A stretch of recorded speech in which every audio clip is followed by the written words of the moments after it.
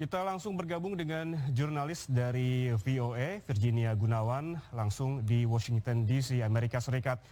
Selamat pagi waktu Indonesia, Virginia. Selamat malam waktu Amerika, Ian.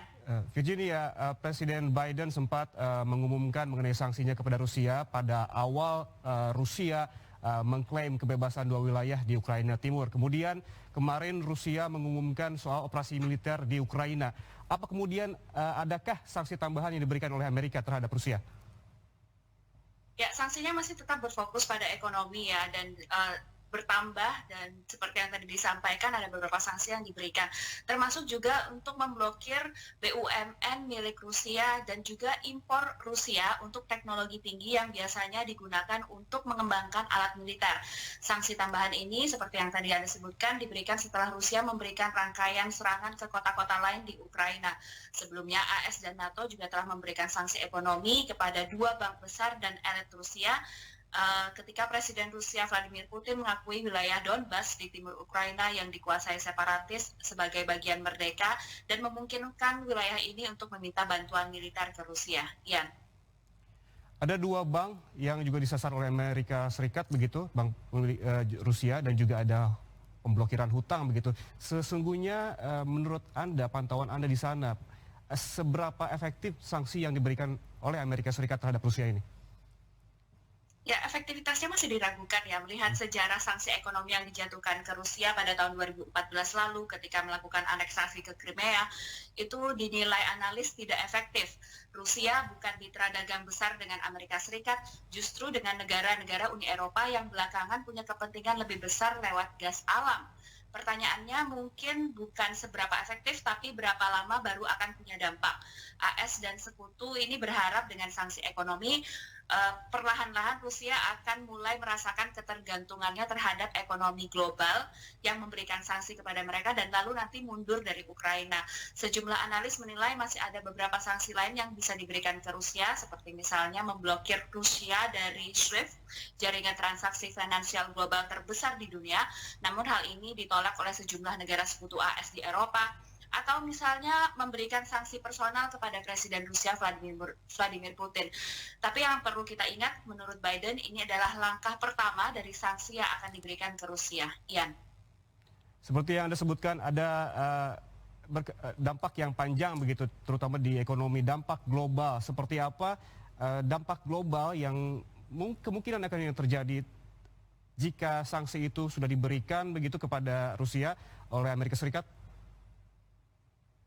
Ya, kalau kita lihat sekarang pasar saham di Amerika, di Indonesia, atau di Rusia sendiri anjlok 30% pada hari pertama invasi ke Rusia. Yang tak kalah mengkhawatirkan adalah naiknya harga minyak dan energi lain seperti gas alam.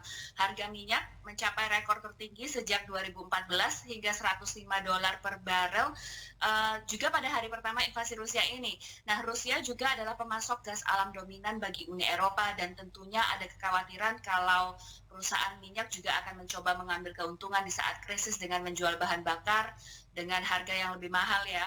Nah, selain itu juga ada kemungkinan seperti yang tadi disampaikan, peningkatan gelombang pencari suaka atau pengungsi terutama di negara-negara yang berbatasan dengan Ukraina dan juga termasuk Amerika Serikat.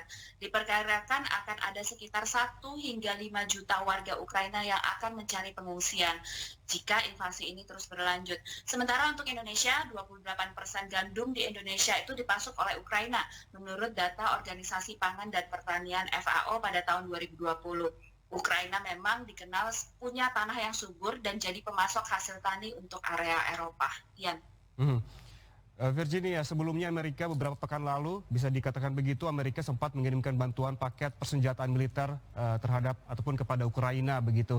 Apa kemudian bantuan-bantuan yang kemudian akan kembali dikirimkan oleh Amerika kepada Ukraina, apakah termasuk kemungkinan untuk mengirimkan pasukan militer ke sana? Ya, untuk sehingga saat ini, Presiden Joe Biden dan juga pejabat dari Pentagon menyatakan bahwa tujuan pasukan AS di batas timur itu hanya untuk mempertahankan negara anggota NATO dan bukan untuk terlibat konflik di Ukraina. AS sendiri punya 90.000 pasukan di Eropa, sepertiganya itu terpusat di Jerman, dan dalam beberapa minggu belakangan, Pentagon ini dilaporkan sudah mulai mengatur ulang posisi pasukan AS di Eropa dan pada Selasa lalu ketika memberikan sanksi, Presiden Biden mengumumkan bahwa ia telah menyetujui pasukan AS dan peralatannya itu dipindahkan ke Estonia, Latvia, dan Lithuania. Nah, negara-negara ini adalah negara anggota NATO yang berbatasan di sebelah timur Rusia dan tidak mempengaruhi atau tidak masuk ke area Ukraina. Dari Pentagon sendiri setelah menyetujui untuk mengirimkan 7.000 pasukan tambahan ke daerah NATO.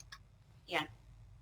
Virginia, terakhir pertanyaan saya ini, kemarin Presiden Rusia Vladimir Putin sempat membuat quote atau membuat pernyataan bahwa negara-negara lain, terutama negara-negara barat, tidak ikut campur dengan langkah-langkah yang ia lakukan begitu. Kemudian kemarin juga Presiden Joe Biden melakukan pertemuan mungkin secara virtual dengan pemimpin Inggris dan negara-negara lainnya. Apa tanggapan dari Presiden Joe Biden terhadap pernyataan dari Presiden Rusia ini? Sejauh ini yang kami dapatkan dari Gedung Putih adalah informasi bahwa Presiden Joe Biden tidak ingin melakukan pertemuan yang sebelumnya sempat disebutkan mereka akan melakukan pertemuan antara Presiden Joe Biden dengan Presiden Putin ya. Namun setelah adanya invasi yang dilakukan oleh Putin dan Rusia kepada Ukraina tidak hanya daerah yang sebelumnya itu berkonflik, tapi juga ke daerah-daerah yang ada di dalam Ukraina dan beberapa kota besar di dalam Ukraina ini mengubah posisi Amerika Serikat juga Departemen Luar Negeri Amerika Serikat untuk tidak lagi bertemu dengan Rusia dan juga perwakilan dari Rusia. Dari apa yang disampaikan pada konferensi pers ketika mereka atau Joe Biden menyampaikan sanksinya, tidak disebutkan secara terperinci bagaimana tanggapan Amerika Serikat terhadap invasi yang diberikan oleh Rusia. Namun tentunya dengan sanksi yang diberikan ini adalah sebuah show of power atau bagaimana caranya Amerika Serikat ini menunjukkan respons terhadap aksi yang diberikan oleh Rusia. Ya. Baik, terima kasih Virginia Gunawan, jurnalis VOA dari Alexandria, Virginia, Amerika Serikat.